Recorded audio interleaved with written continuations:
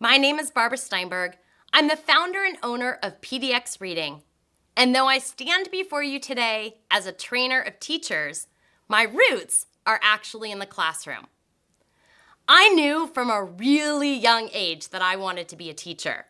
This is my Dr. Seuss book that I filled out probably about the age of 5 or 6, where I wrote in my kid handwriting, I want to be a teacher. And a teacher I became. For 12 years, I taught 4th and 5th grade. And I actually chose to teach 4th and 5th grade because I didn't want to have to teach children how to read.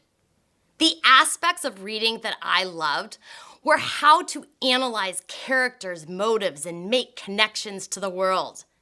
And of course, within a year or maybe even less, I realized that I had lots and lots of students sitting in my 4th grade classroom who had significant struggles with reading.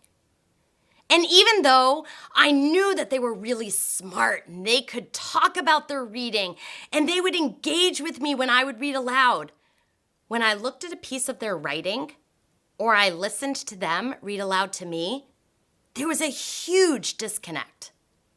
And I was confused. I really didn't understand what was going on.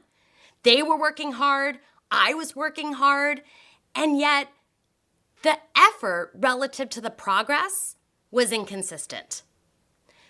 Well, this wasn't a problem that was isolated to 1 year. This was something that kept me up at night, thinking about these kids. And one day, I was talking to my colleagues, and I started to describe the characteristics I was seeing in these students, both strength and weakness. And one of my colleagues, she said to me, "You know, Barbara, that sounds like dyslexia." And I looked at her and I kind of scoffed because my understanding of dyslexia was that it was about letter and number reversals. And she said, very kindly, "You know what, why don't you read this book, Overcoming Dyslexia?"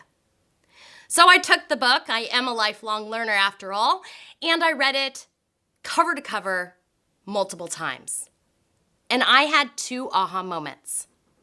My first is I was so upset that the number one reason that students struggle with learning how to read and write was something that I had never learned in my teacher prep program. The second aha moment I had was that there is a body of knowledge that transcends curriculum, that transcends socioeconomic status, geography, class size, and any of the other barriers we have to teaching children. And that body of knowledge, which is now called the science of reading, has been in existence for decades. Yet our understanding as educators is just beginning. I made a really difficult decision in 2010 to leave the classroom. I loved teaching. I was born to teach. But I knew that, like me, my colleagues in schools throughout the states and around the world needed this body of knowledge if they were going to do their best work. And so, since 2010, I have traveled the country and presented on this topic, the science of reading. Research tells us that 95% of students can become skilled readers if we have the knowledge, the tools, and the strategies. Your journey on the science of reading is just beginning.